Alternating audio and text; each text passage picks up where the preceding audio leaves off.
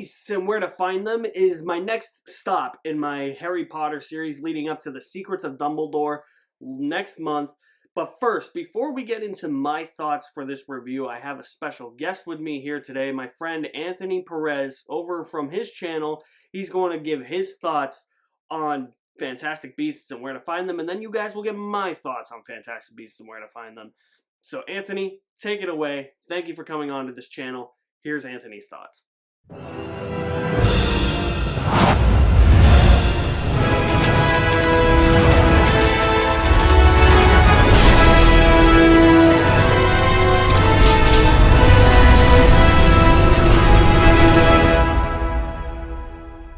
What's going on, Alex and all his viewers? Thank you so much, my friend, for having me here this time around to talk about Fantastic Beasts and Where to Find Them. Yeah, this is really cool because it was one of the earliest films I actually covered when I started doing YouTube myself. So yeah, I was still reviewing movies in my car back then. I really didn't know how to review films all that well just yet, or even talk on camera without feeling super awkward or making a lot of mistakes or saying consistently. And so yeah, overall, I really enjoyed this film. I found it to be a good time when I first saw it. I don't think it's as good as the other Harry Potter films in the franchise. I'm also just going to go ahead and assume that you've already talked to your audience about what this movie is all about and just hop straight into my thoughts. Overall, I find this to be a really cool film. It's directed by David Yates, who directed a lot of the later films in the Harry Potter franchise. So you very much feel the vibe that comes with those other films. It very much looks and feels like one of them, but it's nice to have a prequel that takes us to the past and is, slowly expanding upon its own story while also having these little hints and nods that connect to the bigger overall Harry Potter universe. I think that that's just always a good fun thing to do with big universes like this.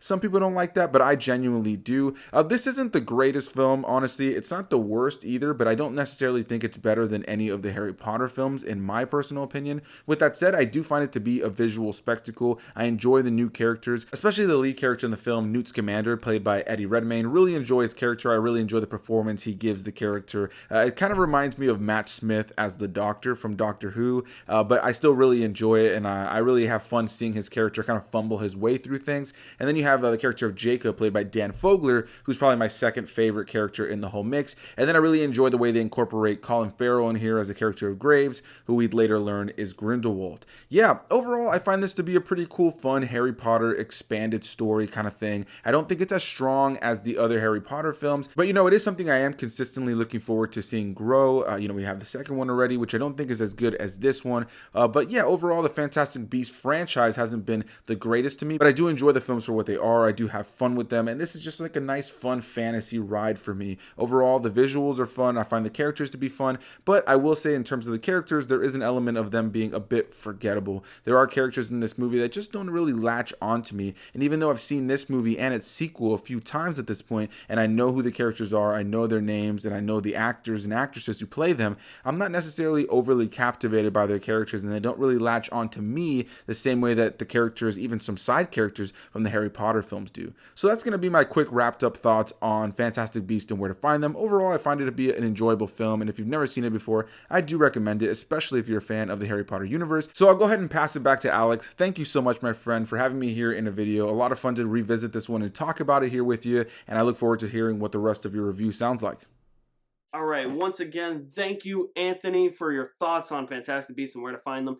I like this movie. I don't think it's as good as any of the Harry Potter movies, except maybe Prisoner of Azkaban. You guys know me. I think Prisoner of Azkaban is really overrated. Not a bad movie whatsoever. Nor is Fantastic Beasts and Where to Find Them. I think the problem with Fantastic Beasts and Where to Find Them is that, sure, it's a spin-off, but you're in that territory where it's a prequel, and you could be messing with things that are already pre-established in the Harry Potter lore and in the Wizarding World War that we know and that we hold so dear to our hearts, but then to kind of just change things around could be problematic. It's very similar to how George Lucas handled the Star Wars prequels, and now that we have the Crimes of Grindelwald, we know that that actually happened. This movie didn't do it as much. I mean, what this movie presents to us is a set of new characters that are nowhere near as interesting as our trio in Harry Potter. We have Newt Scamander, who's played very awkwardly by Eddie Redmayne, but I think that that's the point. I think Newt Scamander is supposed to be very awkward. He's collecting these beasts that have gotten loose in New York City in 1930, and people are just like, who the hell is this guy? I think the best character by far in this movie is Queenie, who gets absolutely ruined in The Crimes of Grindelwald, but I really thought that she was a great character in this movie and a great pairing with Jacob Kowalski. Tina is okay. She's not the best character in the movie, but she's fine. She serves her purpose in the story. What I really like, though, is Colin Farrell as Graves. And man, do I wish, I don't know if this is what ended up happening, but back when this movie was supposed to be the springboard to just a trilogy instead of a 5-film series that, if Secrets of Dumbledore doesn't do all that great, I don't believe is going to happen. I believe they're probably just going to stop, or they're going to go, or if they make them, they're going to go straight to HBO Max. At the end of this movie, we find out that Graves has been Gellert Grindelwald this whole time. So, Colin Farrell transforms into Johnny Depp, and that's Grindelwald. That's the reveal of Grindelwald. I wish that didn't happen at the end of this movie. I could see that happening at the end of the second movie or the beginning of the third one, because if you're stretching this into 5 movies, and the whole point of the series is to lead up to the battle between Dumbledore and Grindelwald in 1945. I feel like now you're running the risk of just having 3 movies as filler, and then the first and the 5th movie as the complete story, which is my biggest fear. That is what actually happened with Crimes of Grindelwald. It felt a lot like filler. I think it's going to happen with Secrets of Dumbledore, but I could be wrong. I've been surprised before. So I just wish that reveal wasn't actually in this movie, and I feel like that was just leftover from when this was supposed to be a trilogy instead of a 5-film series. And J.K. Rowling just never went back and rewrote that. But there are a lot of things to like in this movie. When the action's happening, really like the action. I don't like how it revolves around Credence. I'm not a huge fan of Ezra Miller. I don't like the character of Credence either. I do like that we see different sides of the Muggle world. Like, this is in the USA, so they call the Muggles Nomad. I think that's really interesting. But by far, the reason we are here is not only because it's the Wizarding World and the Harry Potter series is over and now we're back into that world, but we want to just see some critters get loose in New York and wreak havoc.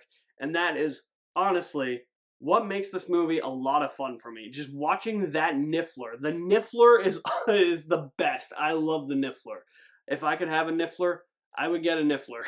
That thing is too damn cute. Just watching Newt run around New York trying to catch this thing and all the other beasts that have gotten loose from his suitcase and bringing Jacob Kowalski into this world is really a joy to behold. Just seeing how a Muggle reacts to this world in real time. Something that we didn't necessarily see in the Harry Potter movies, and if we did, there were only brief glimpses of it. This is like a full-fledged, we're bringing a Muggle who has no idea what is happening here into the story, and he's going to help this man catch these beasts. And that makes for a fun dynamic, and it makes for a fun adventure. And that's the best way I can describe Fantastic Beasts and Where to Find Them, is that it's fun. It's nothing great. The characters are nowhere near as strong as they are in the Harry Potter series. The story is nowhere near as strong as it is in the Harry Potter series. There are certain story decisions towards the end that I wish didn't happen in this movie, and that I wish had happened in the forthcoming sequels. And considering where we end up with Crimes of Grindelwald, it really begs the question as to whether or not we actually needed a prequel series to Harry Potter. I think that this movie would have worked better as a self-contained one-off spin-off. It has a clear-cut beginning, and there's a sense of finality to it. So if the rest of the Fantastic Beasts series doesn't live up to its name, you can just honestly just watch this one and be done with it. You don't really need other movies if they end up being bad. And that's another thing I like about Fantastic Beasts and Where to Find Them. It lives up to its name. It has the Fantastic Beasts in it.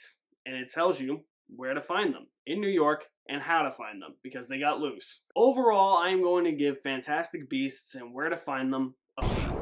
It's a fun movie, it's a fun self-contained movie, but again, nowhere near as good as the Harry Potter movies, except for maybe Prisoner of Azkaban, because, as I stated before, I'm not the biggest fan of Prisoner of Azkaban. Good movie, but don't think it's worthy of all the praise. Just like this, it's a good movie. It's a good one-off spin-off. I don't think it needed a springboard into sequels, or it should have just only been a trilogy. So guys, we got one more review for this series.